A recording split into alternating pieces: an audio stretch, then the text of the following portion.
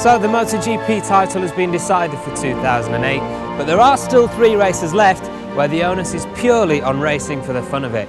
And what better place to do that than here? This is the spectacular coastline of Phillip Island, Australia, and up there on that ridge is one of the fastest, most exhilarating circuits in the world.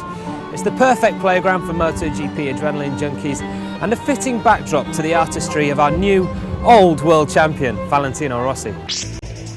Hello and welcome back to the Isle of Man, where I'm glad to say the weather has taken a distinct turn for the better after yesterday's washout. Today is Mad Sunday, the day the riders take a day off and leave the roads open to the general punters, with no speed limits on certain sections of the track. I did say they call it mad.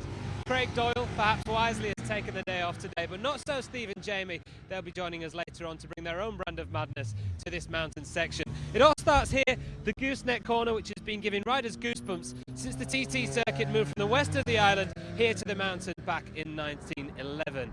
Now, as I said, yesterday was a complete washout and there was no racing at all, but there has been plenty of action to look back on throughout the week.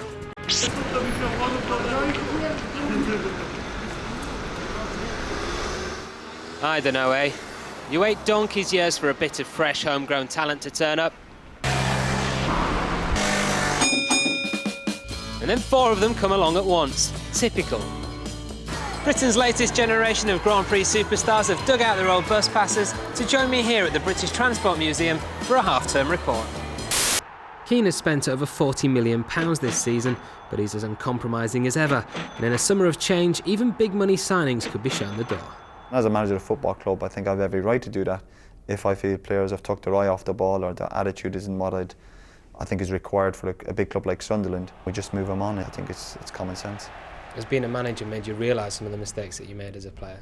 Possibly so. I look back now and I'm sure I was very hard work for some of the managers. But having said that, I was always a team player and I always trained and played hard. So it's been a great start in general for the rookies this year, but in particular for Jorge Lorenzo. 3 pole positions and 3 podium finishes so far. That's the best ever start to a MotoGP season by a rookie after 3 rounds. However, he did come back down to earth with a bump this weekend, and what a bump it was too.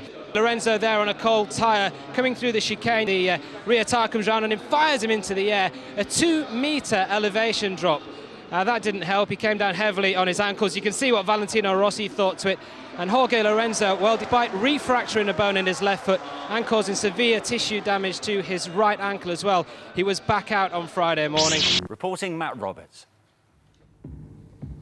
This is Eastwood Town. Oh no, sorry, that's right. This is Eastwood Town, the lowest ranked team left in the FA Cup. It's Eastwood 2, Wycombe 0. The 2,000 supporters are jumping for joy. The Nottinghamshire side's victory over League 2 Wycombe set up an old non-league third-round game against Kettering.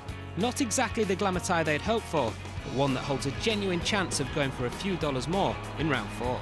He likes to do it in style, he likes to take the World Championship with a victory, and here he comes now up on the inside of Checker, into the left-hand hairpin. Will Rossi keep it tight? He does so, he hangs on to second from Carlos Checker. Rossi now up to second, and he will hunt down the early leader by a stretch. Sete Gibernau with a second advantage over Rossi in second.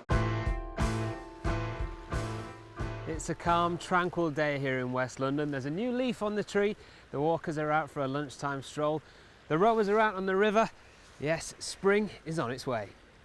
Unfortunately for the locals at Fulham, so are Manchester United. Back in by Raphael! Indoor golf. You might be a Lionheart on the track and a Pussycat on the piano, but would JT be a match for my tiger-like skills on the tee? Oh no! I thought you'd pick something you're good at.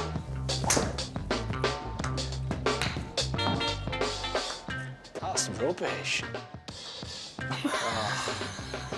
Oh.